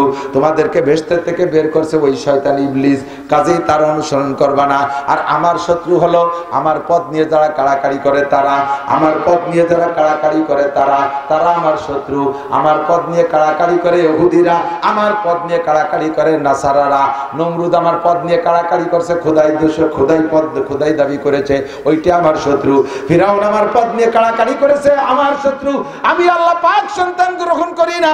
কুল হুয়াল্লাহু আহাদ আল্লাহুস সামাদ লাম ইয়ালিদ ওয়া লাম ইউলাদ। আমি আল্লাহ একক, আমার বউ নাই, বাচ্চা নাই, আমার মা নাই, বাবা নাই। এই জায়গা যদি তোরা আমার নামে এগুলো বলিস আমার সবচাইতে কষ্ট লাগে। কাজেই যারাই বলবে তারা আমার শত্রু। ইহুদার নাসারা আমার চরম শত্রু। বাদহুম আউলিয়া ও বাজ। এদিক দেখেন, বাদহুম আউলিয়া ও বাজ। শুনতেছেন? ইহুদার নাসারা এই 2 জাতি আপোষে কিন্তু বিশাল দূরত্ব। কোরআন শরীফে আছে ক্বালাতিল ইয়াহুদু লাইসাতিন নাসারা আলা শাই। কত বড় শত্রুতা শুনি দেখেন। কোরআন শরীফে কি বলে? ক্বালাতিল ইয়াহুদু লাইসাতিন নাসারা আলা শাই। ইহুদিরা কয় নাসারা কোনো মানুষই জাতি না। ওয়াকালাতিন নাসারা লাইসাতিল ইয়াহুদু আলা শাই। নাসারার কয় তোরা কি, তোরা তো কিছুই না। এক দল আর এক দলের কত শত্রু। এর মধ্যে আবার 2 দল মিলে এই যে বই এসে দেখলাম একই মসজিদ থেকে বই নিয়ে আসছে, ইনজিল আর তৌরাত। ইনজিল আর তৌরাত, ইনজিল শরীফ আর তৌরাত শরীফ, 2 শরীফ মিলে এই একই 2 বই। একদল নাসারারা খ্রিস্টানরা এগুলো বিতরণ করে বেড়াচ্ছে। 2 দলের ভিতরে ফার ডিফারেন্স। আবার মুসলমানকে ক্ষতি করার সময় 2 দল মিলে এক হয়ে যায়। আল্লাহ নবী এই কথাই বলেছেন আল কুফরু মিল্লাতুন ওয়াহিদা। সারা দুনিয়ার কাফেররা সব মিলে এক দল, কাফেররা সব মিলে এক দল, সব মিলে মুসলমানদের শত্রু দল। কথা বলেন ঠিক ঠিক না? ও দোস্ত, ইসরায়েল মুসলমানের সাথে ফিলিস্তিনের সাথে গ্যাঞ্জাম করে, কয়েক দেশ টপকায় যাইয়া দাদা বাবুরা যে ইসরায়েলকে সমর্থন করে, এই যে আমাকে ঠাউর বাবুরা।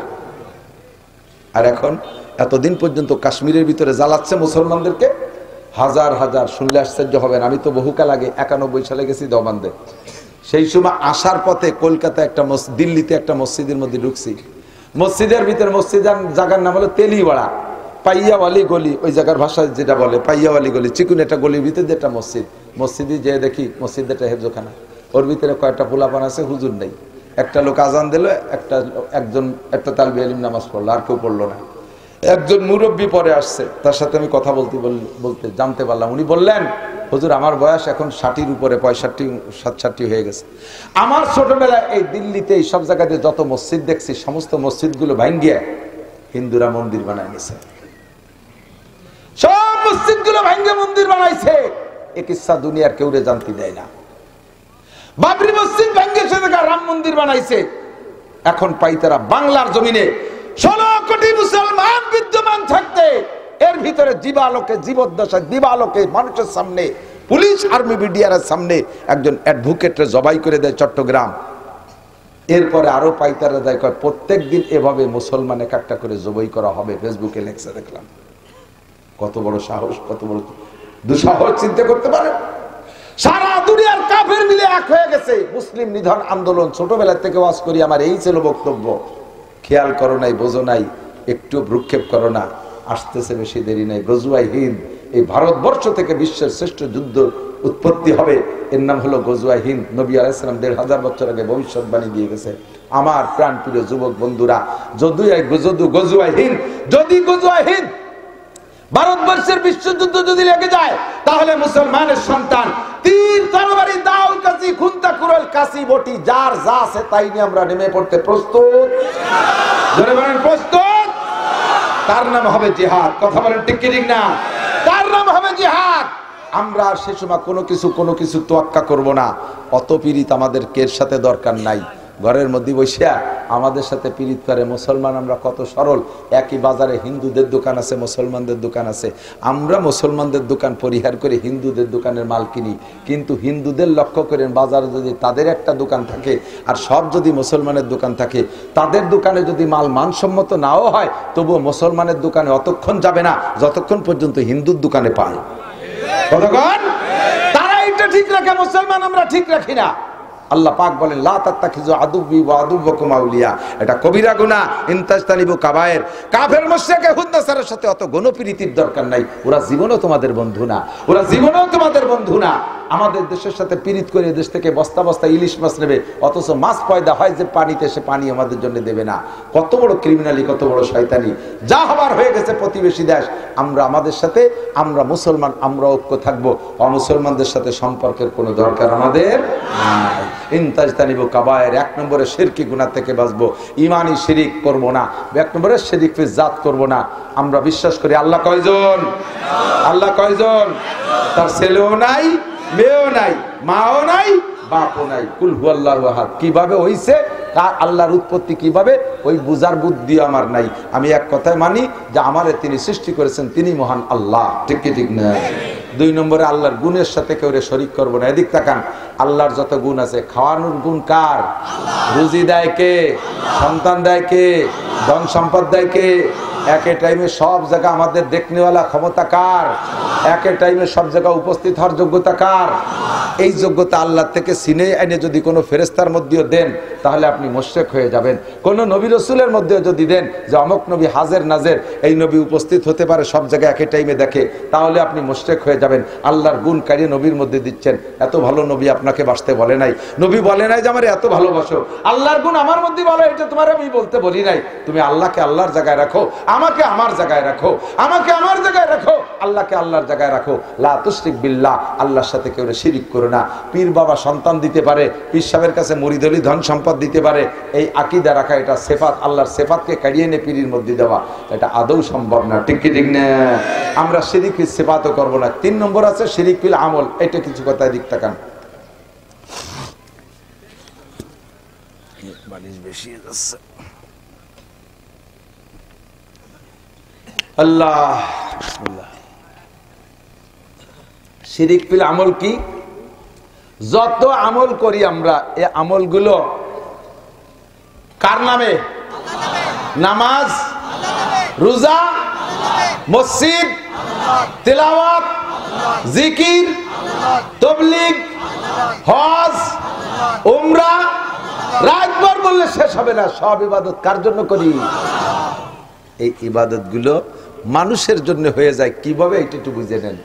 আমি ইবাদত করে যদি প্রশংসার লোভ করি, যে আমার অমুক ভালো বলুক, মানুষে ভালো বলুক, একটু মারহাবা দিক, একটু প্রশংসা করুক, তার নাম হলো শিরিক ফিল ইবাদত। জিজ্ঞেস করা হয়েছে, এই তুমি তো দাড়ি রাখতে না, ইদানিং যে দাড়ি রাখছো? কয় যে দাড়ি না রাইয়ের কি এর বসে, নাতি এসে দাড়ি ধরে বসে। না না, আমার দাদার দাড়ি আছে, তোমার তো দাড়ি নেই। সেই লজ্জাতে ওর জ্বালায় না রাইয়ে পারলাম না। তাহলে এই দাড়ি কি আল্লাহর জন্য না নাতির জন্য? এই দাড়িতে নেকি হয় না, বলে শিরিক ফিল ইবাদত। কথা কি বুঝছেন নাকি? তুমি তো নামাজ পড়তে না, যে নামাজ পড়ো, বিটিকে জ্বালায় থার কায়দা আছে নাকি? সেই জ্বালায় চলিয়েছি মসজিদে। তাহলে এই নামাজকে আল্লাহর জন্য না বিটিকে জন্য? এর নাম হলো শিরিক ফিল ইবাদত। মসজিদে স্টেজে যেয়ে দেখি সুন্দর একটা চেয়ার আমার ডাইন পাশে খালি পড়ে রয়েছে, খেয়াল করেন, সুন্দর একটা চেয়ার খালি পড়ে রয়েছে, কেউ বসে না। হুজুররা নিচে দেখা দেয় বসে, ওই চেয়ারে কেউ বসে না। এই চেয়ারে কেউ বসেন আর না, এই চেয়ার সরাই তখন দুইজনে জায়গায় বসতে পারবে। হুজুর ও চেয়ারে কেউ বসাও যাবে না, ও নামানোও যাবে না। চেয়ার কে সাথে স্ক্রু দিয়ে লাগানো নাকি? কয় না, সমস্যা আছে। চেয়ার হলো সভাপতি চেয়ার। কার চেয়ার? তা সে সভাপতিরা ডাক দেন, কয় যে না উনি আসবে না, উনি অভিমান করছে। কি অভিমান? কয় যে উনি এবার, ওনার নাম আছে পোস্টারে, ওনার নাম আছে, তো এবারই উনি নতুন হজ করে আছে, নামও আমরা লিখছি সুন্দর, কিন্তু আল হাজ লেখা হয় নাই, এই আগে তো উনি আসবে না। 8 লক্ষ টাকা দিয়ে হজ করে আসছি মিয়া, ওই জায়গায় আল হাজ লিখতে কয় টাকা লাগে? লাগলে আমার থেকে নিতে। ওই জায়গায় আল হাজ লেখা হলো না, আমি কিভাবে চেয়ারে বসি? বুঝতেই পারছি না, আল হাজ লেখা নাই বলে চেয়ারের থেকে আলে খোঁচাচ্ছে ওনারে। শয়তানি কোথাকার, তুমি আল হাজ কলাই আইছো। এই হজ শিরিক ফিল ইবাদত, 1 পয়সারও নেকি পাবা না। হজে যার আগেও যে আকাম করছো, হজেতে আইছো সেই আকাম করো। হজে যার আগেও বিটাকে আল দিতে, হজেতে আইসো আল দিলে, স্টেজও আল দিলে, এলাকা শিরিক ফিল ইবাদত।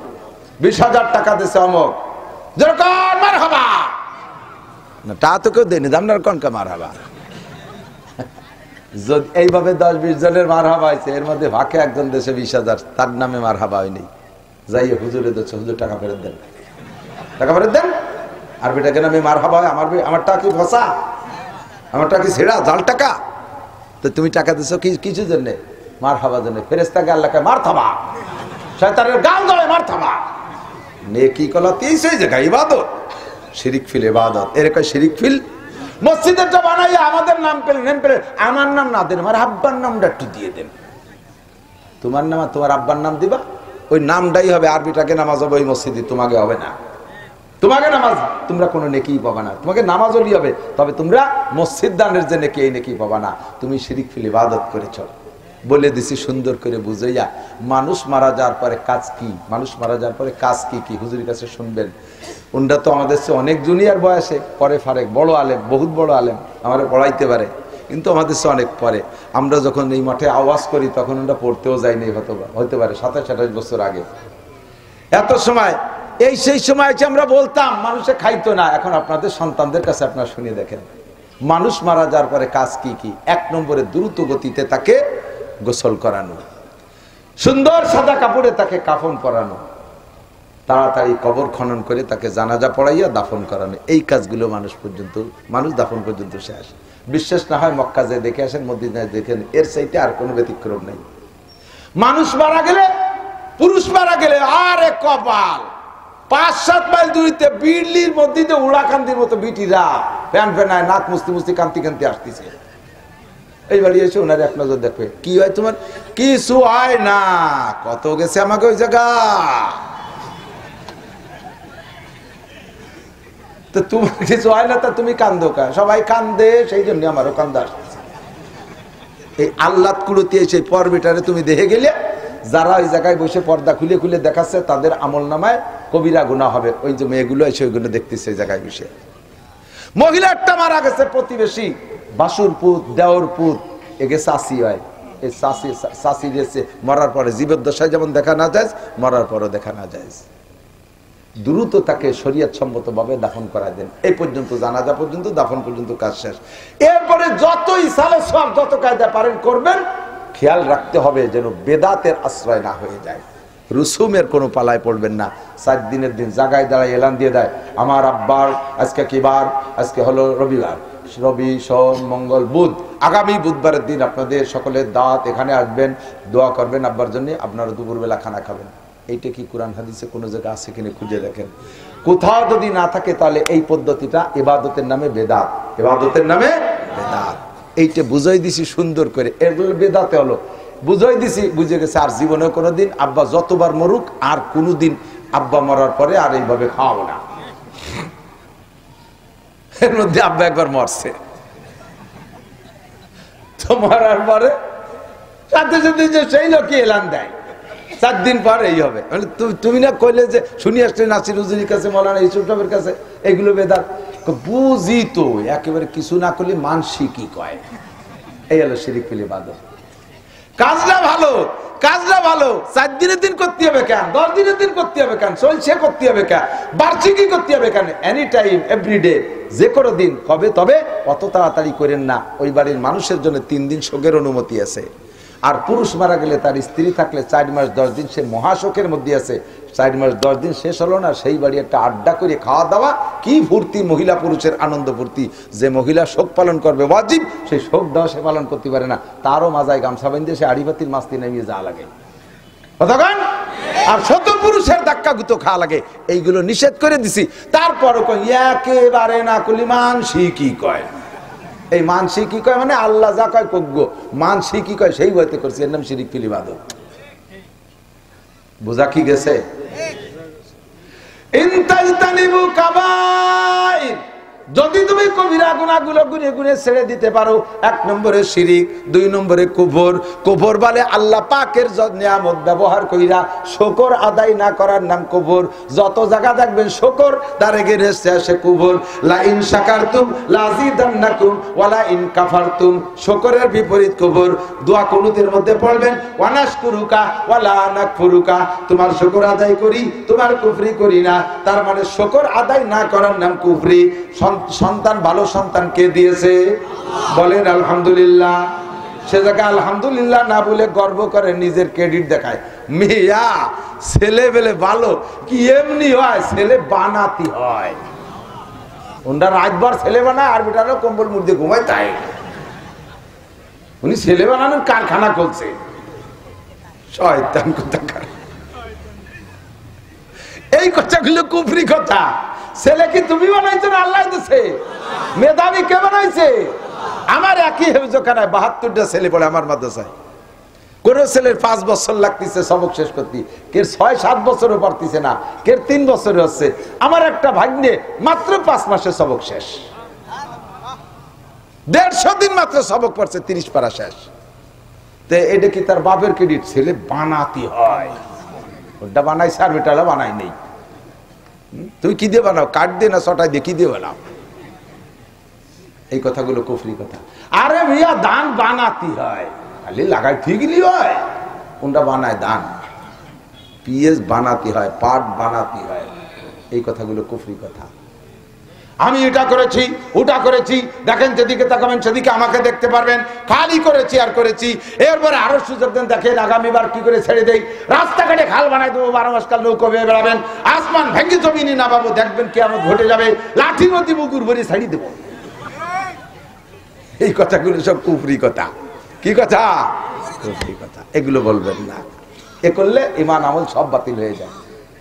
কথা কি বোঝা গেছে? 3 নম্বর বেদাত। বেদাত করব না, উলামায়ে কেরামের কাছ থেকে শুনে বেদাত করব না। আমার পীরও যদি করে থাকে আমারে বুঝাইছে, আর সেই আমলের অবস্থা আর এই আমলের অবস্থা আকাশ পাতাল। সেই সময় সবে মাত্র হিন্দুত্বে মুসলমান, সবে মাত্র হিন্দুত্বে মুসলমান। তো হিন্দুদের যে রুসুমাত ছিল তা মুসলমানদের ভিতরে প্রাথমিকভাবে কিছু রাখা লাগছে। হিন্দুরা মানুষ মরে গেলে কাঠুরিয়ে খাওয়া তো মনে আছে না? যারা কাঠ আগে দিত সবাই দাঁত দিত, কারো যারা কাঠ চলা আগে দিছিস সবাই অমুক দিন খাতি যাবে, ডাল ভাত খাওয়াবো। এখন সেই হিন্দুগুলো মুসলমান হয়েছে, এগে মানুষ মারা গেলে কোনো কিছু নেই, কিচ্ছু নেই। যে কেমন হলো, তাই হিন্দু থাই ভালো ছিল, 4 দিন মরার পর তো ডাল ভাত খাতি পেতাম। তা হুজুররা করলো যে না, আমরা আমরা 4 দিনের দিন একটা দোয়ার অনুষ্ঠান করে জিলাপি খাই করবো। তাতে ওগেটার থেকে বিরোধিতা করার জন্য এই কাজটুক সেই সময় করা লাগছে। যদিও এটা ইসলাম না, শরিয়াত না, এটা কাজ বেদাত, কিন্তু সেই সময় জরুরি ছিল। এখন যখন আমরা কোরআন সুন্নাহ বুঝে ফেলাইছি, আমরা কি মানুষ মাটি দিতে যাবো কাঠুরিয়ে খাওয়ার লোভে, জিলাপি খাওয়ার লোভে? এটা আমরা ফরজে কিফায়া আদায় লোভে। কথা কোন ঠিক না? ফরজে কিফায়া আদায় করে। কাজে এই মুহূর্তে যত প্রকার বেদাত আছে সব ছেড়ে দিতে প্রস্তুত থাকবেন। সব ফরজ নামাজের পর 5 ওয়াক্ত মুনাজাত না করলে হুজুরির ইমামতি থাকে না, এই সমস্ত ফাও কথা বলবেন না। ইমামদের যদি বেশি প্রেসার দেন যে না মুনাজাত না করলে চাকরি ছুটি বলবেন, সভাপতি, সেক্রেটারি, ক্যাশিয়ার, উপরস্থ নেতাগুতা সব কজন মিলে জোট করছে, খালি একবার মুনাজাত ছাড়িয়ে বাদ দিলি ও হুজুরি চাকরি খাবো। হুজুর খুব সতর্ক হয়ে গেছে, মুনাজাত তো করাই লাগবে। তো মুনাজাত যদি করতে হয় তাহলে করার মতোই করবো। হুজুর এবার সব মুনাজাত আরবিতে বানায় ফেলেছে মুফতি সাহেবের কাছে শুনিয়ে। আর সেই পর্যন্ত সব আমিন আমিন কর জন্য বসে রয়েছে। ইমাম সাহেব মুনাজাত করতেছে, আল্লাহুম্মা খুজ আদাই,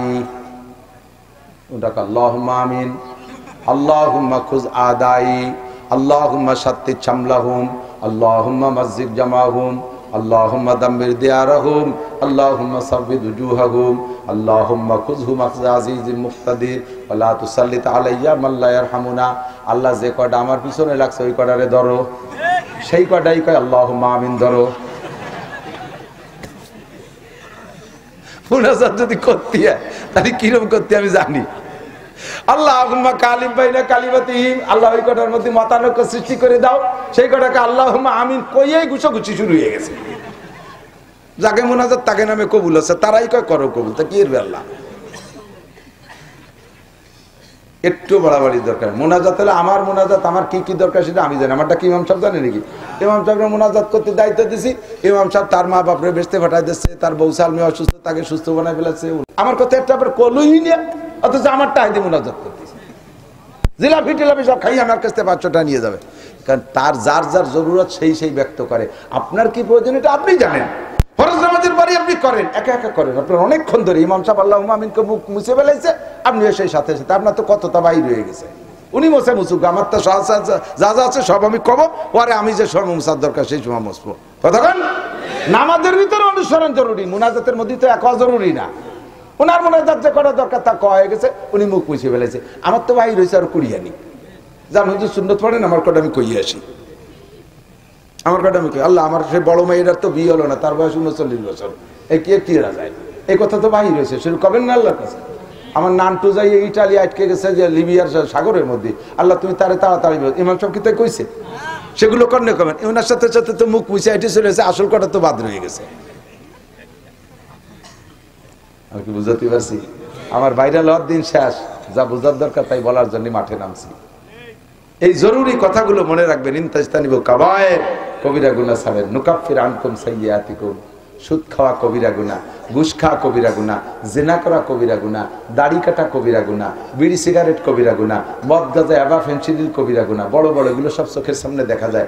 বেপর্দা করা কবিরা গুনাহ, অর্ধ উলাঙ্গিনী করে বউ বাচ্চাকে রাস্তাঘাটে ঘুরানো ফিরানো কবিরা গুনাহ, বাড়ির মধ্যে দিয়ে কোনো পর্দা নাই, বাসুর পুত দেওয়ার পুত ব্যাগ নিয়ে এরা এসে মামিকে দেখতেছে, চাচিকে দেখতেছে, মায়ের সাথে সাক্ষাৎ, স্বাস্থ্য বোন ভাই বোন, এগুলো কিচ্ছুই ভ্রুক্ষেপ করে না, এগুলো সব কবিরা গুনাহ। এই কবিরা গুনাহগুলো ছেড়ে দেন।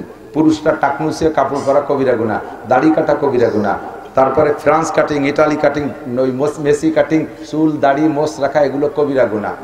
যত কবিরা গুনাহগুলো আছে সবগুলো ছেড়ে দেন।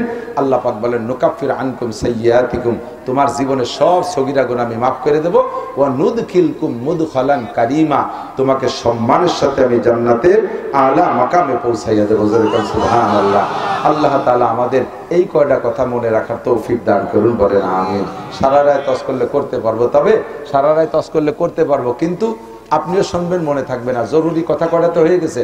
আমাদের প্রাণ প্রিয় শায়েখ, হাজার লক্ষ ওলামায়ে কেরামের উস্তাদ সদস্য হুজুর রহমতুল্লাহ আলাইহির জামাতা কাশিনী হুজুর নামে পরিচিত হুজুরের জীবনী বেরোইছে। ছাত্ররা যারা আছো, স্কুল কলেজের ছাত্ররা, এটা পড়বা।